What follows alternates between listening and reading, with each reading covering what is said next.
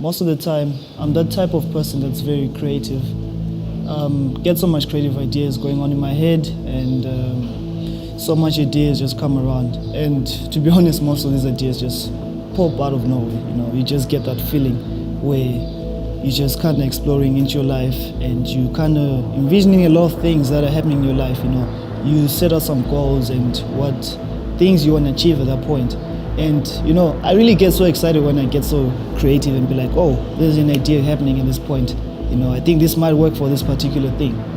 But then I just go home and write down my ideas and get creative and be like, okay, this might work. But at the end of the day, the only problem that limits me is to get like some action into these things, you know. Limitations are people's expectations of me and what they want me to become, instead of me discovering what I want to become as a human being. And that prevents me and deprives me from my purpose. My limits are my fears of the future, my fears of losing the people I love, my fears of not knowing what I might become or what is in store for me, you know, in the future. So I feel like that stops me from envisioning bigger things in my future, from planning ahead. Growing up as a kid, going to primary school in grade 1, just around the corner of my streets, I'll see guys doing drugs there. And usually it's something that I still see right now, and I'm 20 years old. And imagine as a kid, that is 8 years old, seeing people do drugs in front of him every day of his life, coming and going home from school and so on. And you can imagine what that can do to a kid most times, you know. Growing up in Hillbrow, just basically the CBD, Hillbrow area, it's known for its violence and the crimes that take place around Hillbrow.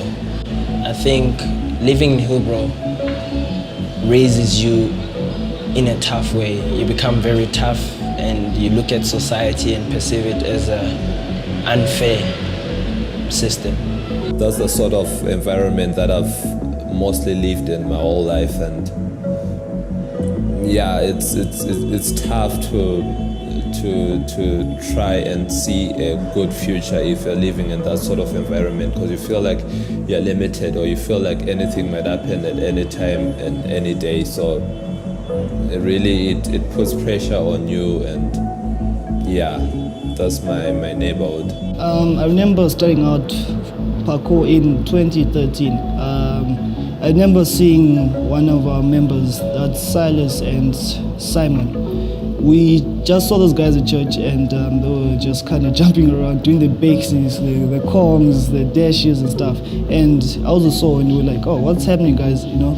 Then they were like, oh, come try this out. We just did the basics, the kongs, and we were like, oh, you know, you'd be surprised at the things you do, man. You'd be like, oh, I can actually do this, you know? I remember I watched, I think, Barrier 13, a movie by David Bell back then, and yeah, we watched that, and we just saw it, but we didn't really know what it was.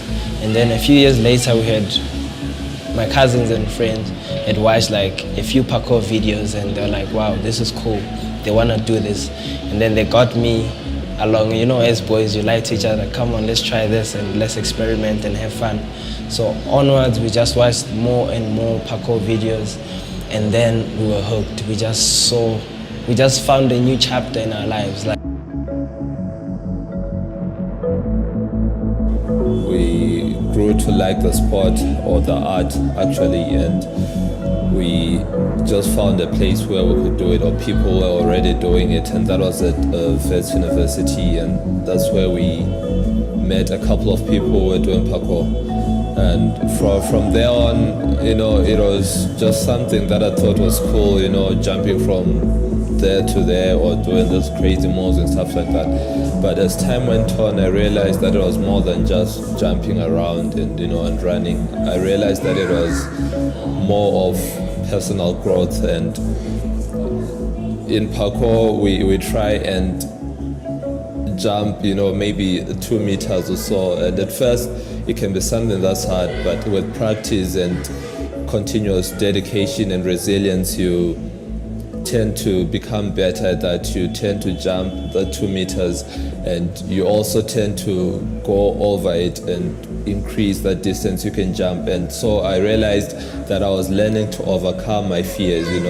I can now do certain things from certain heights when I was afraid of heights, since that's my fear. As a child, that showed me a way out of this life of crime, violence, drugs, alcohol, and substance abuse.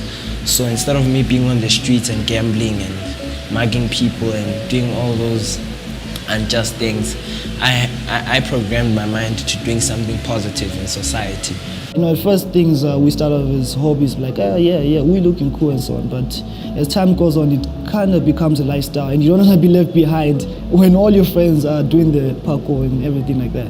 So yeah, as years went on, Kaizen was founded in 2013, December. That's when things started to become more serious for us, and that's when I started to become more involved with the team and training.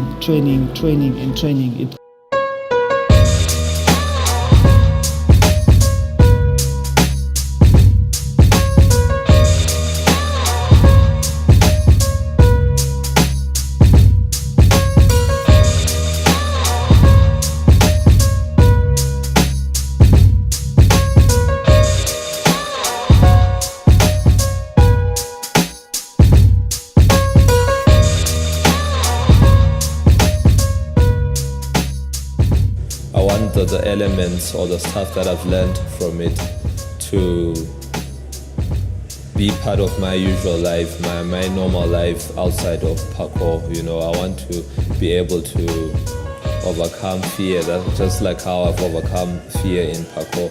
And I also don't just want it to be for me. I want to help others learn it too. I want it to grow in this country, and I've seen how it has helped me, and I feel like it can help other people too.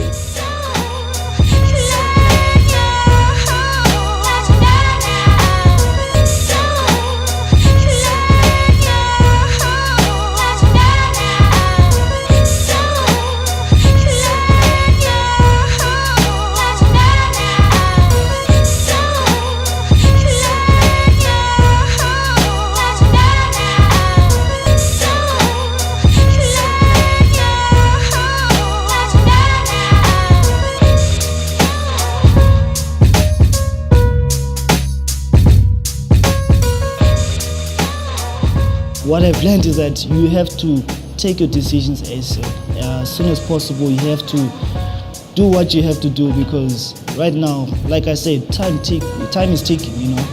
You don't know what's going to happen the next day and stuff. If you're able to take your decisions right away and act upon your decisions and your creative ideas and do what is necessary for it to happen, then things may happen for you.